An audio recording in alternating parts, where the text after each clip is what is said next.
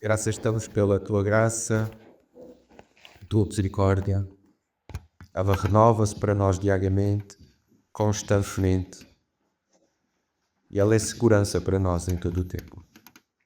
Tu és tão bom para connosco. E desde que nos levantamos, Senhor, estamos a desfrutar da tua bondade. De maneiras que nós percebemos e também de maneiras, Senhor, que infelizmente ignoramos.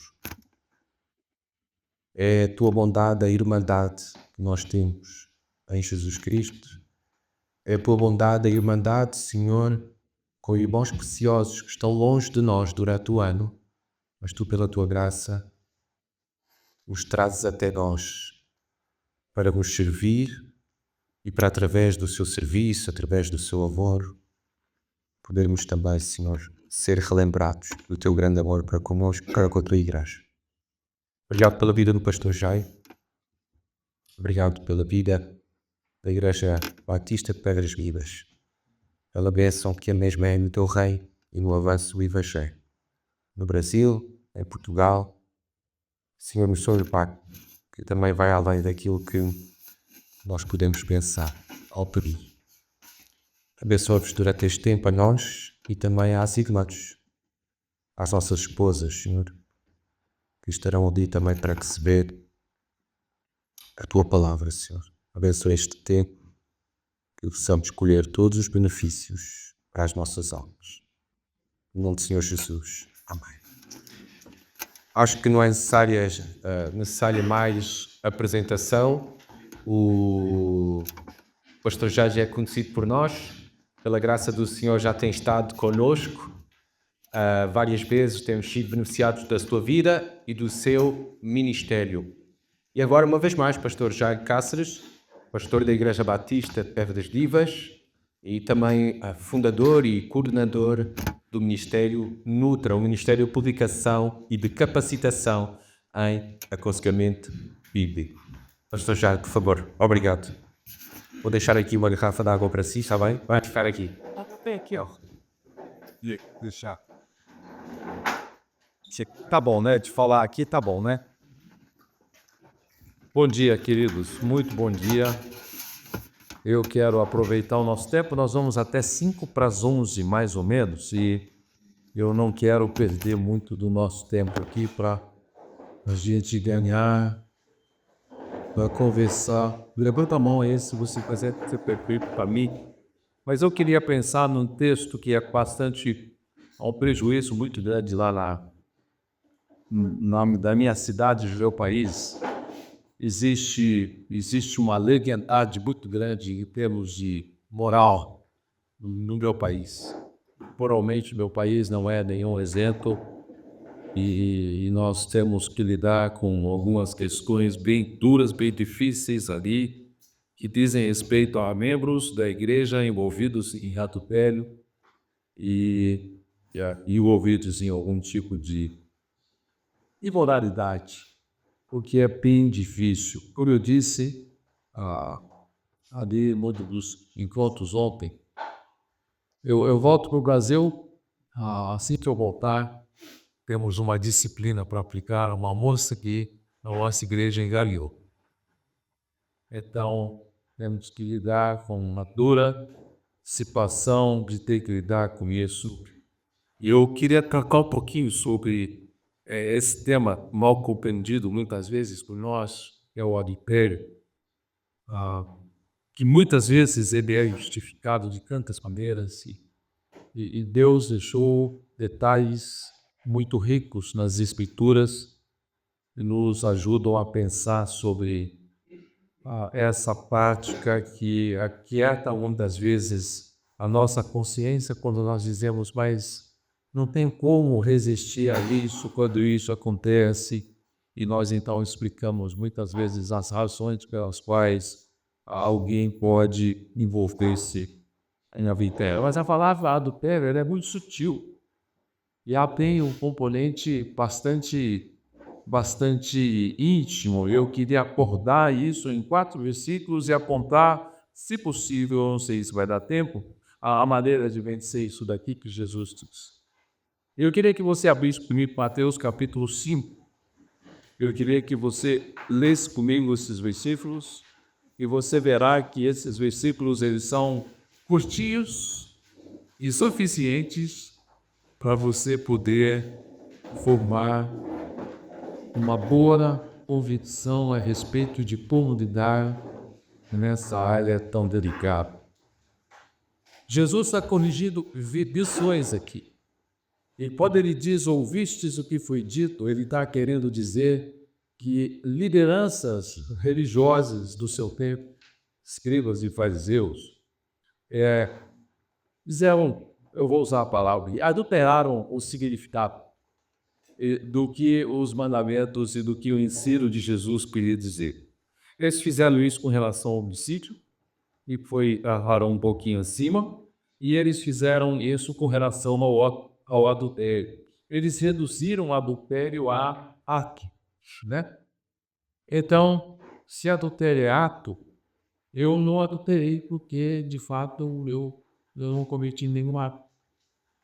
Mas se adultério é mais do que ato, ou de alguma maneira se manifesta inicialmente não um ato, então isso aumenta a minha responsabilidade diante do Criador.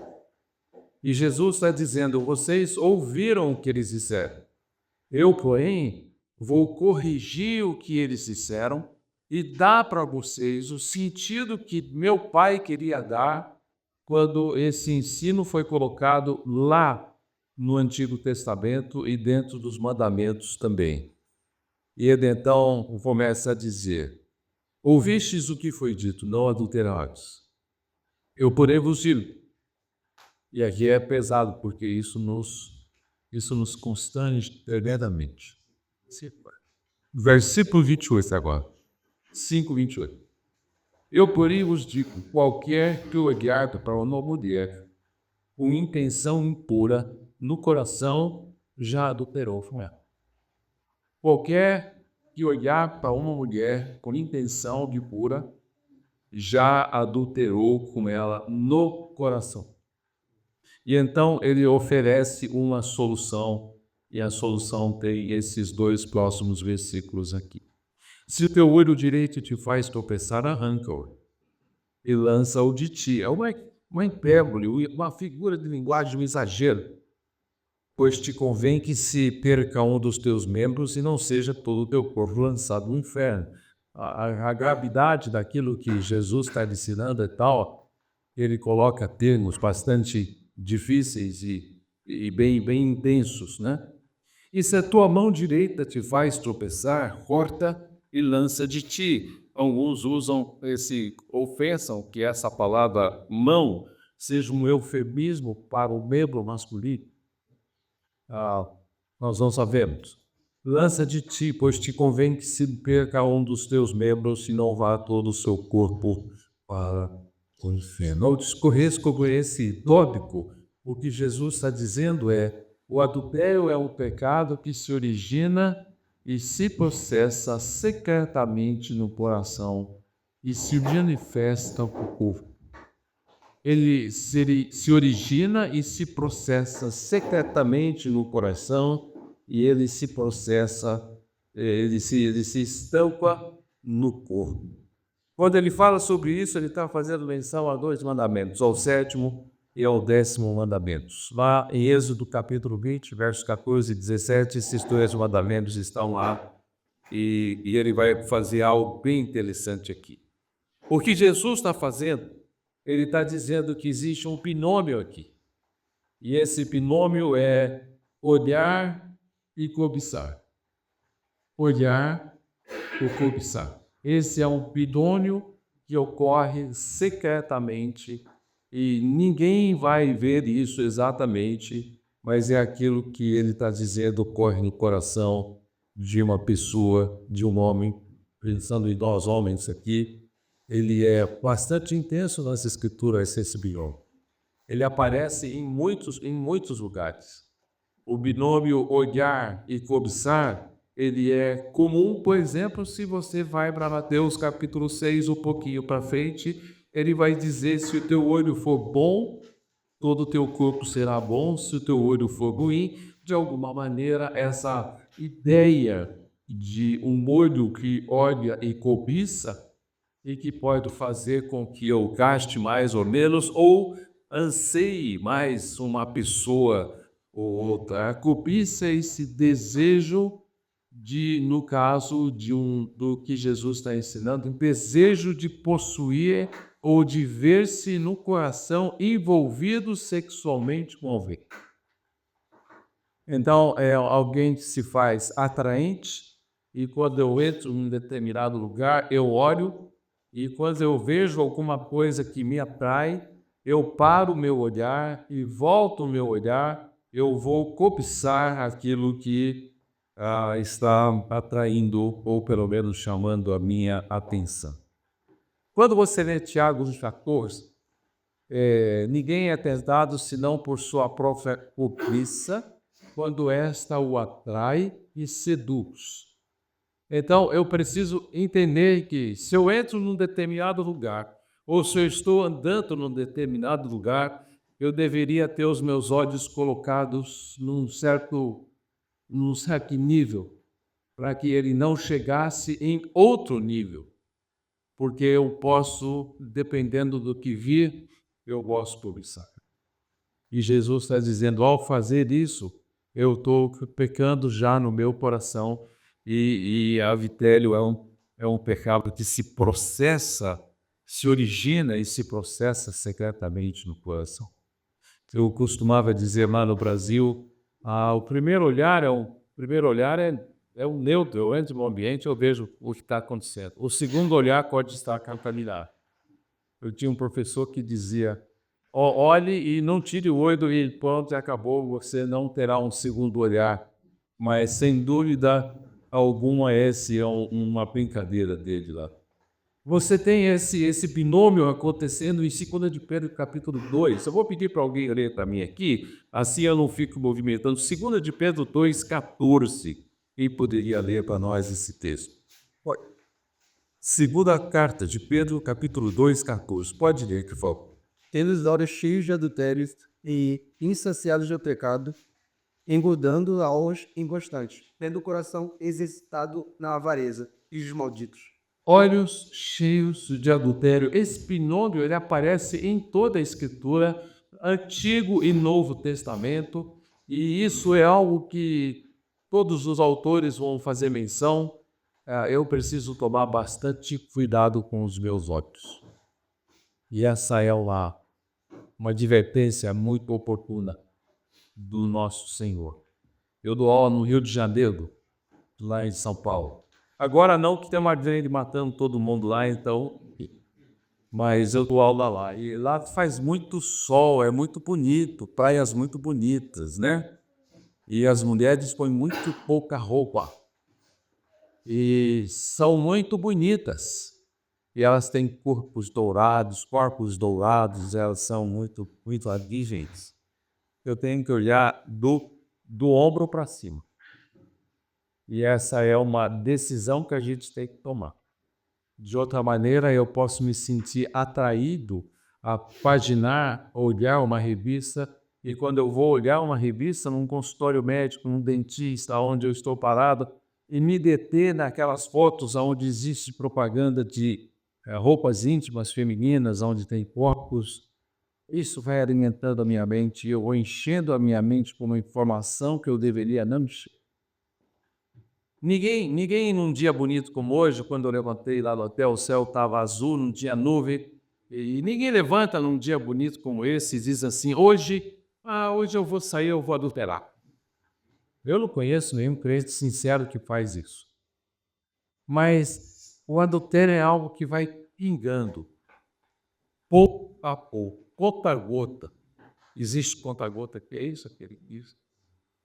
Eu olho, eu alimento, eu penso, eu vejo mais uma imagem, eu leio um texto, eu vejo uma pessoa, eu leio mais um texto, eu vejo mais uma imagem, e depois de um tempo, aquilo está bastante bem configurado na minha mente para que eu possa dar corpo a esse desejo do meu coração, que é o que eu estou dizendo aqui, A maneira como o adultério se processa, ele se origina e se processa secretamente no coração. Ninguém vê, só o nosso Senhor.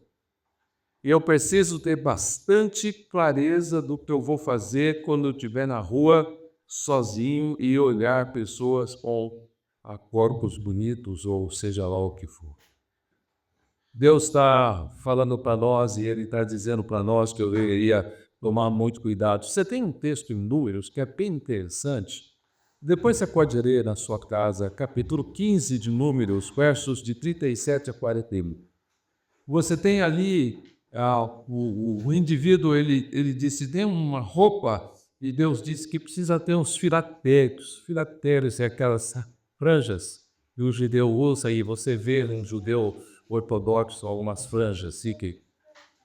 O texto diz, no verso 39 de Números 15, que quando o indivíduo olhasse para aquelas franjas, e Deus disse que eles deveriam ter cor azul, e é uma coisa interessante, porque que é azul, ninguém sabe, eles deveriam se lembrar dos mandamentos.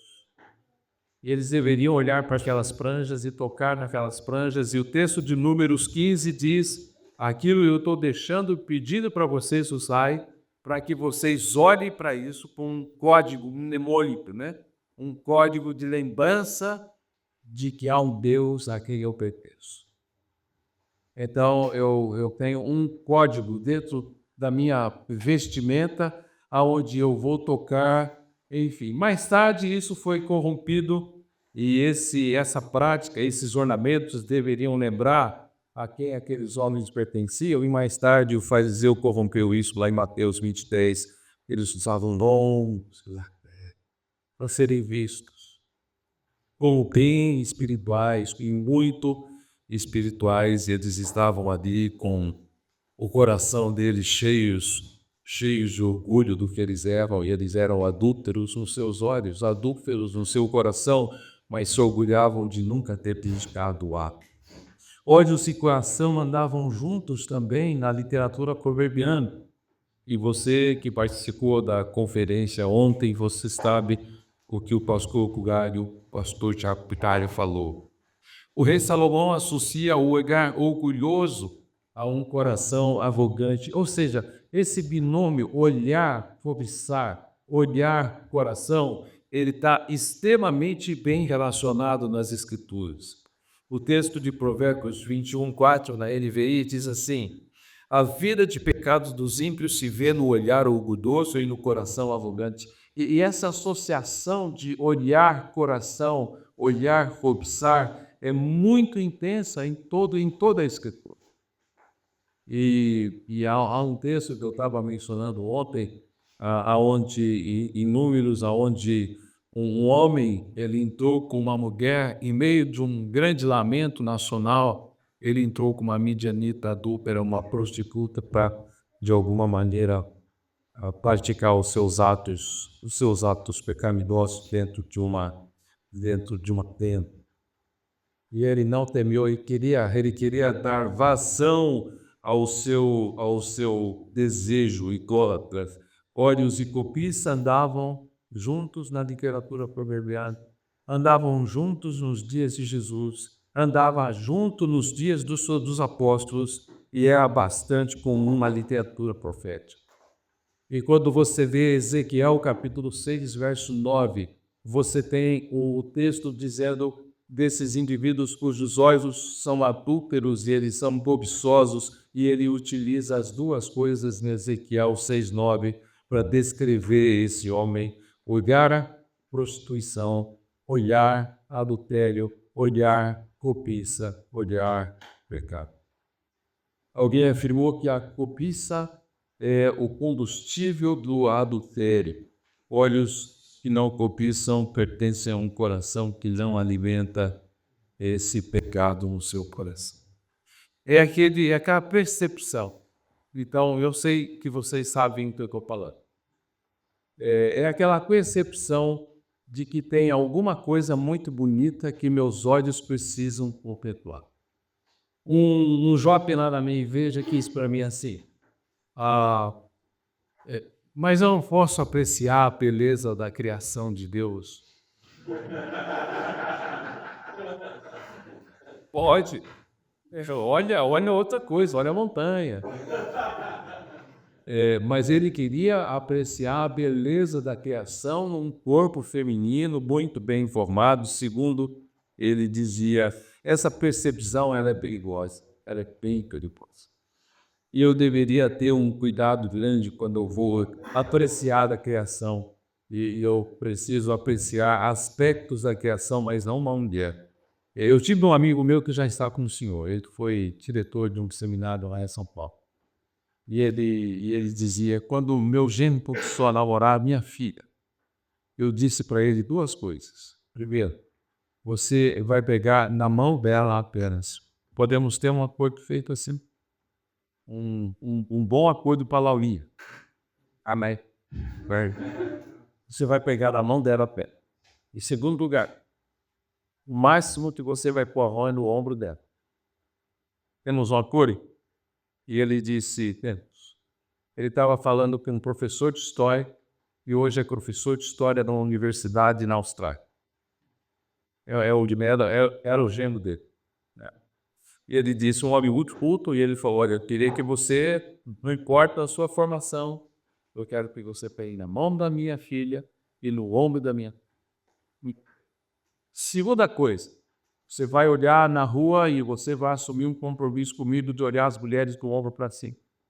Isso ele não controla. Mas ele disse, eu queria que você assumisse um compromisso comigo. Terceira coisa, você nunca vai colocar a mão na cintura da minha filha.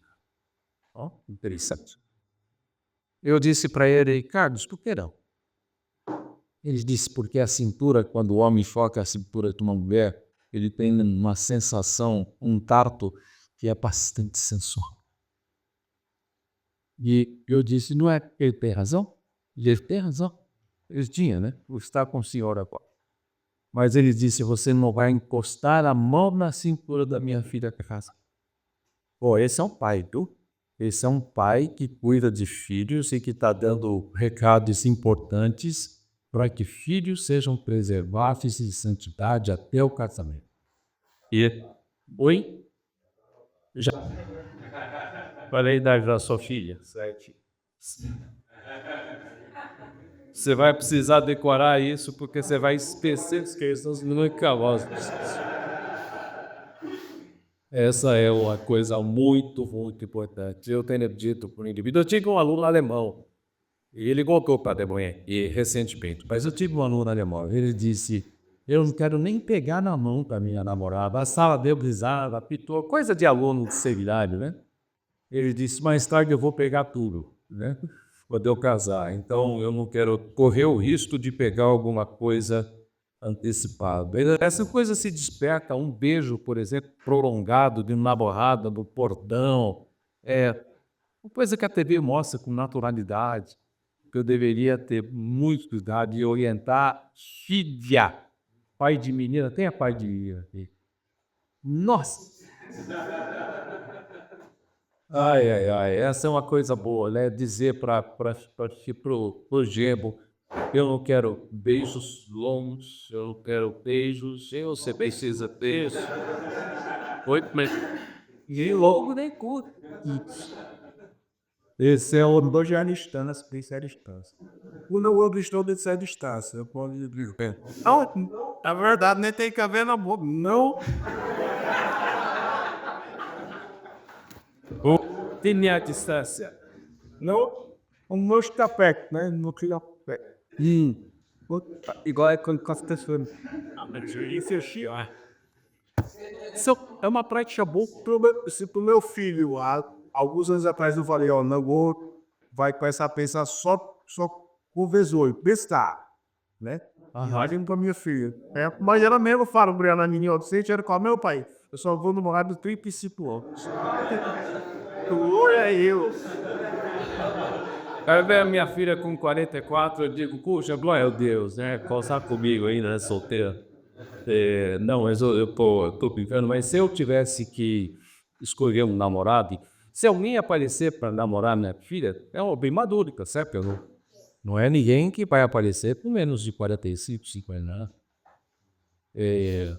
Eu não vou dizer a mesma coisa que eu diria para um jovem de 25, mas seguramente a gente vai precisar conversar sobre alguns passos que precisam ser dados. E Mas sim, passou ainda para a cidade. oi? Até tempo passou ainda a cidade, né? Nem foi com a cidade, né? Então, veja, alguns cuidados precisa ter mulher, não é? Então, isso é um caminho. Você viu recentemente você viu um grande homem de Deus, um homem que eu admirava muito, admiro, não admirava, admiro. Ele tinha, não, um pastor Tiago de 70 anos, 72, creio, 73. envolvido com uma moça de 25, 26 anos. ele foi descoberto. E ele veio a público. Quer dizer, você fala 75 anos, ele já devia estar pensando em ir para o céu, né? Não, ele está pensando aqui. E ele estava bastante envolvido. Não é porque ele tem idade que ele está isento desse cuidado que é necessário ter com esse pinot. Mas, sem dúvida alguma, a gente vai fazer muito bem nos nossos filhos e filhas, se nós dermos alguma orientação quanto ao despertar disso. Um beijo longo, né? Um bom beijo, ele desperta alguns sentidos que deveriam ficar aquietados até o devido momento, quando isso vai ser totalmente regido. A cobiça é uma imaginação contaminada pelo pecado. Ela trabalha com fantasia. Então, ela trabalha com imaginação. Esse é o perigo nosso aqui. E ninguém está vendo. É algo que ninguém vê. Na minha igreja, essa moça, ela estava frequentando a igreja, medo da minha igreja, e ninguém vê. E, de repente, aparece o resultado de uma noite dela, um indivíduo não convertido, e, enfim, uma fantasia que vai se somando. Uma imagem, um pensamento, outra imagem, mais um olhar, enfim. Vocês estão entendendo o que eu estou dizendo, né? Um cuidado grande com o que os teus olhos veem. Programas de televisão no Brasil, sim, em Portugal. Não sei como é que é isso. 9 da manhã, cenas de sexo explícito. Isso mentira em Portugal? Sei. Em rede fechada. Eu tomo um baita de um cuidado, um tremendo de um cuidado. Quando a TV está ligada e nós estamos conversando na sala por alguma razão, enfim.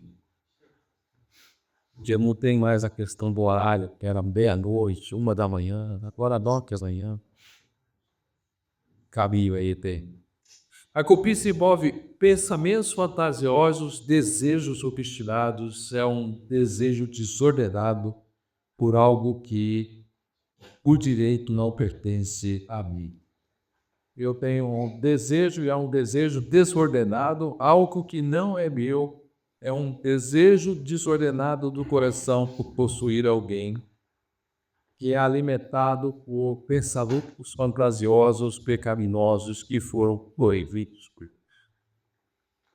Eu sou casado e depois que a gente casa, você tem a esposa que sai daquele momento dos 18, 19, 20, que ela é humanamente inteira, perfeita, para uma idade de 50, 60, 70, que a natureza está agindo, né?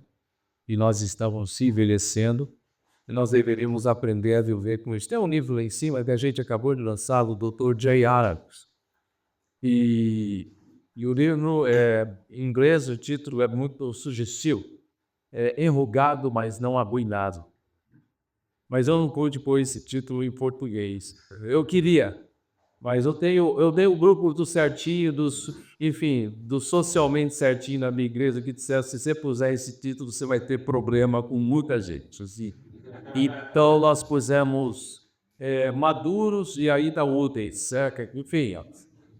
Se for um pouco demais, É melhor, o Wiki é melhor. o outro te livrar melhor, mas ainda lá em cima, o livro está lá em cima, é um bom livro. Você sabe o que ele diz? Eu preciso, como alguém que chega numa certa idade, a descobrir que certos prazeres estão em outros lugares e em outras coisas.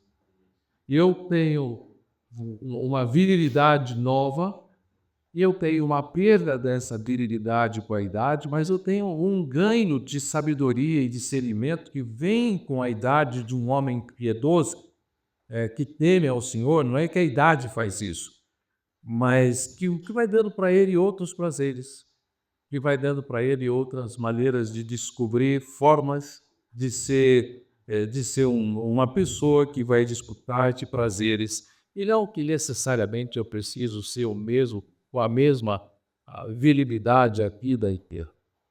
Eu preciso aprender a apreciar outras coisas. Eu preciso aprender a apreciar a minha esposa Berecita. E eu tenho que apreciar, e você precisa apreciar a sua esposa, a sua namorada. Ela fica novinha por 20 anos, 20, 25 anos, 30 depois. Então eu preciso saber exatamente como é que vai ser o futuro. Eu quero cultivar o coração piedoso nela, ajudá-la a cultivar um coração piedoso, porque é isso que vai ficar, é isso que no final vai ficar. Então, a conclusão é que desse pensamento, então, é que quando o homem chegar a uma idade mais velha, nada o viário. Esse teu quarto, de tu precisar. Se quer que estás ali, tens de procurar prazeres noutras coisas. Vamos pensar. Era mesmo, essa igreja, pastor Tiago.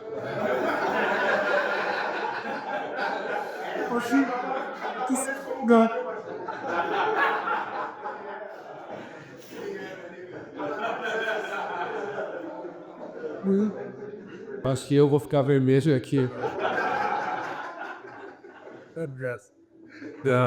Não, eu diria que você tem muitos meios de você ter... Enfim, até o médico que dá aula para nós, ele não pôde vir. Eu queria trazer. A mãe dele está adoecida. Ele falou, olha, um homem deveria ter uma vida sexual até morrer, mas não mais com a intensidade da juventude, mas que com o prazer que isso proporciona da amizade, do envolvimento, do prazer de disputar dessa unidade com o cônjuge. Isso é possível, mas certamente não com a mesma frequência dos 19, 20, dos 22. Agora, ele disse uma coisa para mim bem interessante. O pico de testosterona no homem é 21, 22 anos. Depois começa a decair. Calma, sai devagar. Pra mostrar ele. Se fosse aí, esse continua. Eu com 41, eu não notei essa queda ainda, não. Na verdade, a cobiça, ela é uma manifestação de descontentamento com a provisão de Deus. Eu não gosto do que eu tenho, eu quero algo que eu não tenho. Eu não gosto do que o Senhor me deu. Ela é uma manifestação de descontentamento com a provisão de Deus. Querem ver 2 exemplos disso? O livro de Juízes, capítulo 3.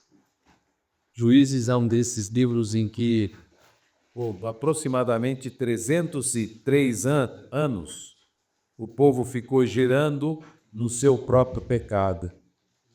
E você tem ali Juízes 3, 6 e 7.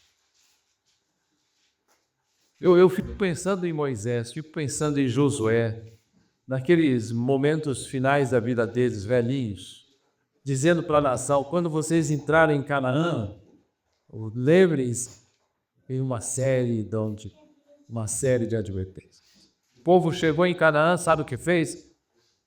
Tudo ao contrário. E você diz, puxa, que povo rebelde. Eles são os nossos. Eles são os nossos. E então eles entraram em Canaã. Os filhos de Israel, verso 7, fizeram o que era mal perante o Senhor e se esqueceram do Senhor seu Deus e lhe deram culto aos Baalis e ao poste ídolo. Verso 6, por que eles fizeram isso? Que tomaram de suas filhas para si por mulheres e deram as suas próprias aos filhos deles e lhes rendiam culto aos seus deuses. Por que o Senhor está pedindo para nós? Não cabe. Mas as mulheres cananitas, nossa, demais essas mulheres. Nós queremos essas mulheres. Os homens cananitas, nossa, eles são demais. Nós não queremos os homens do nosso povo, nós queremos os homens cananitas. Eles são muito especiais. E então eles estão dizendo, Senhor, aquilo que o Senhor disse não é bom para mim. O que eu tenho não é bom para mim. E nós podemos, nessa cobiça, colocar peso sobre nosso cônjuge para que, de alguma maneira, ela alcance um padrão de manequim, de corpo, que caiba dentro desse padrão que a sociedade estabelece. Mas olha só, um pouquinho para frente aí, Juízes 14. Um texto bem interessante esse. Desceu Sansão a Tina, vendo em Tímina uma das filhas dos filisteus, subiu e declarou a seu pai e a sua mãe e disse, vi uma mulher em Tímina das filhas dos filisteus, tomai-ma, pois, por esposa.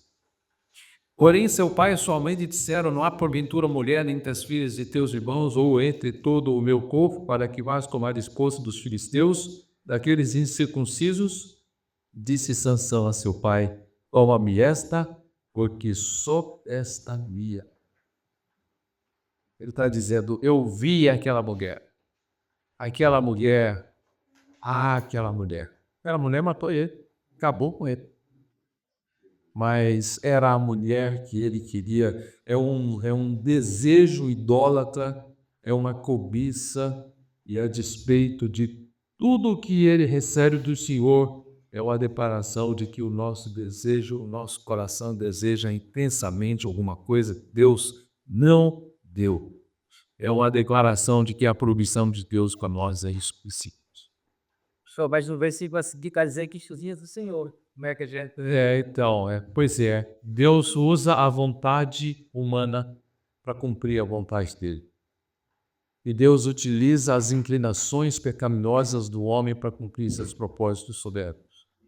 E ao mesmo tempo em que isso é assim, ele está dizendo, ok, é isso que você quer? Ok, eu vou seguir o meu curso por aí. E o Senhor soberanamente supervisiona isso. O fato de Deus estar por trás não significa que, de alguma maneira, haja uma justificativa. A mesma coisa ele fez com Israel. E essa é uma tensão, mas a mesma coisa acontece para o faraó. O Senhor endureceu o coração dele. Peraí, o Senhor endureceu ou manteve endurecido porque aquele homem endureceu seu coração e o Senhor conduziu? E sem dúvida alguma, o homem continua responsável por suas escolhas. Ainda assim, Deus utiliza a dureza do coração dele para cumprir seus propósitos. Pastor, como o tempo passa rápido, né? Eu estava estudando isso aqui com a minha igreja, eu demorei 3 dias. Eu vou ter que pensar o que a gente vai fazer. Quando você lembra de cobiça de olho, coração, olho, cobiça, olhar, esse binômio, olhar, cobiçar, você vai lembrar de 2 Samuel capítulo 11, quando Davi vê aquela morena tomando banho. Vai embora, joga fora, tira, sai daí. Não, ele ficou apreciando e manda ainda saber quem é tal mulher. E busca informação sobre quem ela é, enfim. E eu estava olhando para uma mulher que no passado fez filmes pornográficos, mora lá em Atibaia. E ela fez diversos filmes lá no Brasil com ela. Se converteu, graças a Deus. Estudou no Luther, fez isso no Luther lá em São Paulo. E envelheceu. E ela disse, eu me arrependo tremendamente. Quando eu fui ver algumas fotos dela quando nova, hoje não, hoje ela está bem acabada. Uma deusa, deslumbrante, um corpo maravilhoso. Valeria a pena pegar uma foto antiga e uma foto, não é, Daniel? Uma foto atual e ver aquela mulher hoje bem acabada. Davi devia olhar para o futuro, né? O dia que você quiser ver como sua esposa vai ficar, olhem para sua sogra, né? ela vai ficar mais ou menos aqui. Ela vai ficar, não com essa cabeça não. É bonita, né? A minha sogra era não bonita. Eu decidi bem do ano que vem aí. Isso, era muito bonita. Ela já morreu, mas tá tudo bem. Mas ela era muito. Esse Pinóquio aparece ali com Davi quando ele olha aquela mulher e ele teve tempo de se arrepender. Uma amiga minha foi pegar o marido na porta de um hotel, né? Com outra mulher. E eu disse para ele, quando eu aconselhei, eu falei, mas você teve muito tempo para se arrepender. Pense só, você saiu de casa e podia ter dito, por que eu vou fazer isso, Senhor? Você não fez. Você subiu no seu carro e naquele momento que você liga o carro, você tem tempo de dizer, eu não quero ir para esse lugar, eu quero fazer porque agrada o Senhor. Mas você foi àquele lugar e você parou num lugar que você abriu a porta do seu carro com uma mulher entrar, você podia ter evitado que isso acontecesse. Muito tempo. Não é uma coisa acontecendo assim rapidamente. Mesmo que eu parei lá no motel, eu tenho tempo ainda de avaliar meu coração, mas depois alguém poderá dizer, foi um acidente, não foi, é algo planejado. É algo que vê o coração nessa dinâmica de olhar, começar, ele vai alimentando, chega uma determinada hora, ele quer ser satisfeito. E aí ele vai fazer o que pensou em fazer, e ele aprecia essa situação e apreciou. E várias vezes, com 9 anos de ministério, 9 anos de ministério, eu tinha já colecionado 11 disciplinas públicas por adultério na minha igreja com um grupo de 60 pessoas. Bastante, né? Deus foi limpando. 11 disciplinas, 9 anos, mais de uma por ano, na média. Mais de uma por ano. E isso é algo desastroso, é uma vergonha dentro da igreja. É uma vergonha dentro da igreja. Eu tenho um homem de uma outra nacionalidade lá na minha igreja. Ele é de um outro país e está fermentando a minha igreja, é mesmo. E ele disse, antes de me converter eu vivia com uma mulher. E eu cheguei para o meu pastor, quando me converti, disse, eu estou vivendo com ela, eu não posso, porque eu descobri na Bíblia que é pecado. E o pastor havia ensinado sobre isso ainda. E então ele disse para o pastor, eu queria me separar e eu preciso tomar uma decisão, pastor, eu estou pecando contra Deus. E o pastor chamou e pôs a mão no ombro dele e disse, está vendo aquele Jazamir? Ele tem 2 coisas. Tranquilo, me avisa. Ele disse, Jairo, o meu choque. Esse é o padrão de muitas igrejas, não só aqui em Portugal, ou lá no Brasil e ao redor do mundo. Existe uma tolerância, como se esse fosse alguma coisa comum, mas não é. Você olha para Provérbios capítulo 6, versos de 25 e diante, o processo de queda e derrota está muito bem desenhado ali pelo rei Salomão dentro da sociedade proverbiana. E você tem um caminho dentro dessa sociedade proverbiana bem definido e está bem claro ali o que Salomão escreve, capítulo 6, de 25 e diante. Não cobices no teu coração, tá, né? Esse Pinóquio, ele está em toda a vida. Se eu descubro isso, eu sei aonde começa a imoralidade. Começa com a informação que os meus olhos comunicam por meu coração, que alimenta uma fantasia. E se eu fizer isso sem me arrepender, eu preciso me arrepender, eu preciso confessar, eu preciso abandonar, eu preciso ter novos caminhos. Não cobices no teu coração a sua formosura, nem te deixes prender com as suas olhadelas.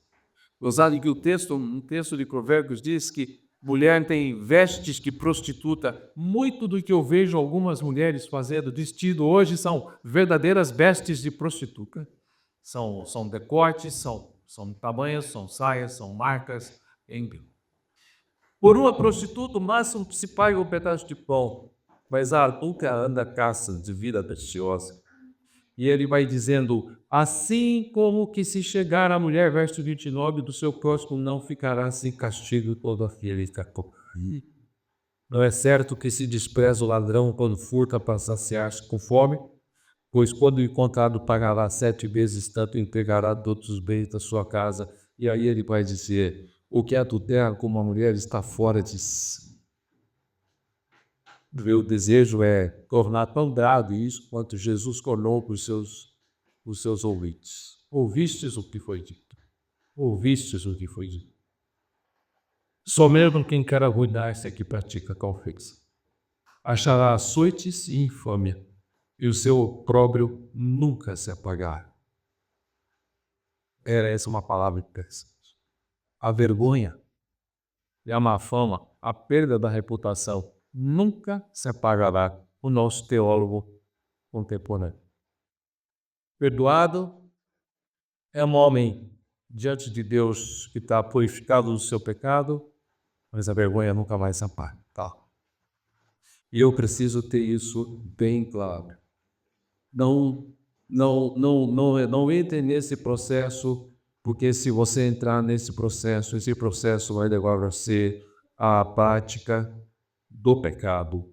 Adultério é algo que se processa no coração e ele se processa no nosso íntimo e ele se expressa Não permita chegar nesse ponto, interrompa esse processo antes. Verso 29, não ficará sem castigo todo aquele da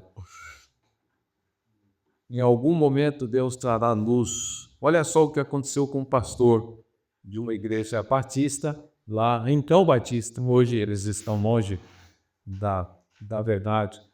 Ele tinha envolvimento com uma mulher que não era a mulher dele. E ele fazia coisas e mandava textos obscenos para ela. E ele escreveu um e-mail para ela, bem obsceno. E esqueceu de tirar com cópia. Estava todo o conselho da igreja em cópia. Então, quando ele mandou o e-mail para ela, todo o conselho daquela igreja viu os termos obscenos que ele estava tratando. Não ficará sem castigo. De alguma maneira vai acontecer alguma coisa que vai riscar a reputação dessa pessoa. Bom, como a gente precisa terminar, eu não vou entrar aqui na solução toda, mas eu só vou dizer algo que o livro diz e que eu gostaria que você lembrasse. Não tem retiro que resolva isso. Não tem curso na igreja que resolva isso. Não tem maneira mágica de resolver isso. A única maneira de resolver isso é aquela que Jesus oferece em Mateus 5. A amputação radical. A amputação radical. Arranca, joga fora, tira a mão, corta a mão, tira o olho. É tão sério, é tão grave, que a única possibilidade de lidar com isso, não há pastor que resolva isso. Essa é uma decisão minha, é uma decisão sua. Amputação radical. Eu vou. E sem dúvida alguma, eu interrompo o processo no começo. Eu interrompo o processo no olhar, no fantasiar. E então eu cultivo pensamentos, e aí seria o outro aspecto do estudo. E o que colocar no lugar? Eu preciso colocar no lugar aquilo que o nosso Senhor aprova como padrão de santidade, a santidade de nosso Senhor Jesus Cristo em nós. Mas eu não vou fazer isso, não, que nós vamos descer 5 para as 11, a gente precisa ir embora, não, 11 horas já. E nós precisamos descer para falar com as nossas esposas amadas, as nossas queridas, e Deus fez por lugar para votos. E esse é o eco muito especial. Deixa eu orar com você antes de nós prosseguirmos. Pai querido, nós somos muito gratos ao Senhor por nos dar princípios tão claros. Ó Deus, humanamente somos incapazes de dar contas. Mas somos muito gratos pelos recursos que o Senhor nos deu. A obra de Cristo na cruz nos liberta do domínio do pecado. A obra de Cristo na cruz nos liberta da condenação do pecado. Nós encontramos perdão na obra do nosso Senhor Jesus Cristo na cruz. E nós encontramos um padrão de santidade na pessoa do nosso Senhor Jesus Cristo.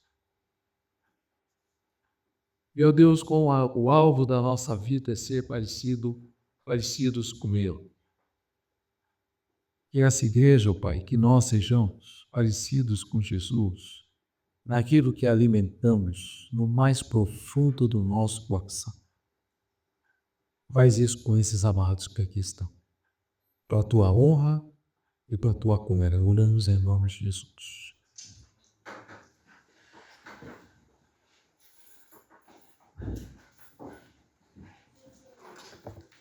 Obrigado, pastor.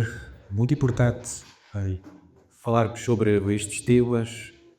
Ao ouvir o conceito de Deus, a sabedoria de Deus nunca é demais. E essa foi a razão pela qual nós tiramos esta EBT de forma separada. Devemos atentar a estas palavras, devemos considerar as mesmas, devemos vigiar os nossos corações, devemos vigiar-nos também uns aos outros. Devemos atentar para as sérias advertências. Conforme nós lemos em Provérbios 6, o que adultera como a mulher não tem entendimento. Quem age assim destrói a si mesmo. Sofrerá ferimentos e vexame, e a sua humilhação nunca será esquecida. Quando o pastor estava a falar deste famoso teólogo, escritor de vários livros, um dos meus pregadores favoritos, eu fui apenas confirmar a idade dele. Eu disse que era 72 anos. É 73 anos. Mas para procurar em nada, eu fiz uma pesquisa rápida enquanto estávamos aqui no ensino, no Google. Meti Steve Lawson, idade. E aparece tudo o que aparece até chegar à idade, à informação da Wikipédia, é todas as notícias sobre este ato de loucura que ele luta. Eu tive dificuldades a chegar à informação sobre a sua idade, a sua biografia. Nós não somos melhor que ele. Não somos mais fortes. Nós temos que vigiar os nossos corações e não esquecer que é a graça do Senhor que nos mantém em pé.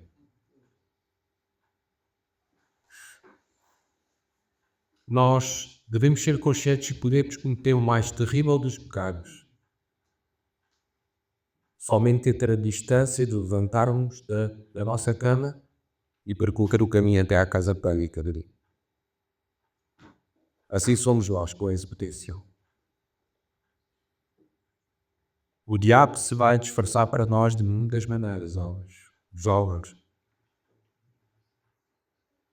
Quando eu terminei no Instituto Bíblico Power da Vida, lá na Argentina, eu já estava comprometido. Aliás, eu não pedi a polícia em namoro, pedi em casamento. Primeiramente falando com o pai, que dei a mão. Nem o pai entendia o que eu estava a fazer. Porque já é algo que não faz parte desta cultura. Quando eu vi que estivemos separados, a missa esteve apenas aqui, em 2010 eu comecei, no estágio de formação em Ministério Pastoral da Igreja Batista de Ramar em janeiro de 2010. Terminei o Ministério em dezembro de 2009. Comecei a trabalhar da Igreja Batista de Ramar e também call center na antiga Portugal de Talaconte, agora Altice, ali no Saldanha. Estivemos separados até nos casarmos até dezembro. De 12 de dezembro de 2010, não posso esquecer. O Rodrigo foi quem recebeu. A Melissa só veio aqui durante 2 meses para conhecer o país, conhecer a igreja. Nós achávamos que isso era algo, eu insisti, até com os pais, que era algo muito importante antes dela fazer uma mudança definitiva para Portugal. E foi um excelente tempo aqui. Mas estivemos separados. No trabalho ficas chocado. Imagina, tu vais do Instituto Bíblico, todos os dias contato com a palavra de Deus, no ambiente cristão, e de repente tu vais para um ambiente completamente diferente. Eu fiquei chocado. Ao almoço havia uma jovem que até, como é que se diz em inglês, elas fazem apoio aos clubes de basquetebol, Jadira, do Benfica. Comecei a ver-me padrão, sempre o horário, porque nós podemos escolher meio-dia ou 1 para almoçar. Ela sempre ia no horário que eu ia almoçar e sempre sentava-se comigo. Comecei a almoçar no fundo, sozinho, das escadas. Levava a minha barbita no fundo do edifício, sozinho. Segunda coisa mais escandalosa. Uma colega de trabalho, ela pediu, e não vou entrar em detalhes, diretamente para ter um encontro comigo, nesse mesmo lugar do fundo das escadas. Então por isso comecei a almoçar fora, no jardim público. Foz. O diabo disfarça-se de muitas maneiras para destruir a tua vida. E o que eu fiz foi confessar aquilo que tinha acontecido em ambas as situações. Primeiro um amigo, que era também colega de trabalho aí. Alguns de vocês o conhecem, Walter Piniz. E depois à Melissa. É isso que devemos fazer. Agora eu estou a contar uma experiência em que venci pela graça do Senhor. Mas isso não garante a vitória amanhã. Não garante a vitória amanhã. E o Senhor nos guarde, nos ajude. Vamos permanecer firmes e fiéis até ao fim. Seja essa a nossa oração, todos os dias. E o desejo dos nossos corações. Vou pedir, temos que ir só a vossa colocação para colocar as cadeiras em cima das mesas, não é? Isso ajuda a vossa cadeira e depois descer para o nosso peito. Obrigado.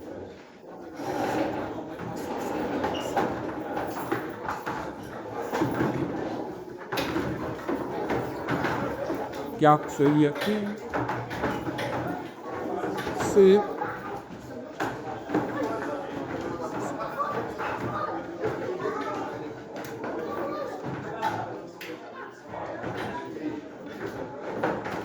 This is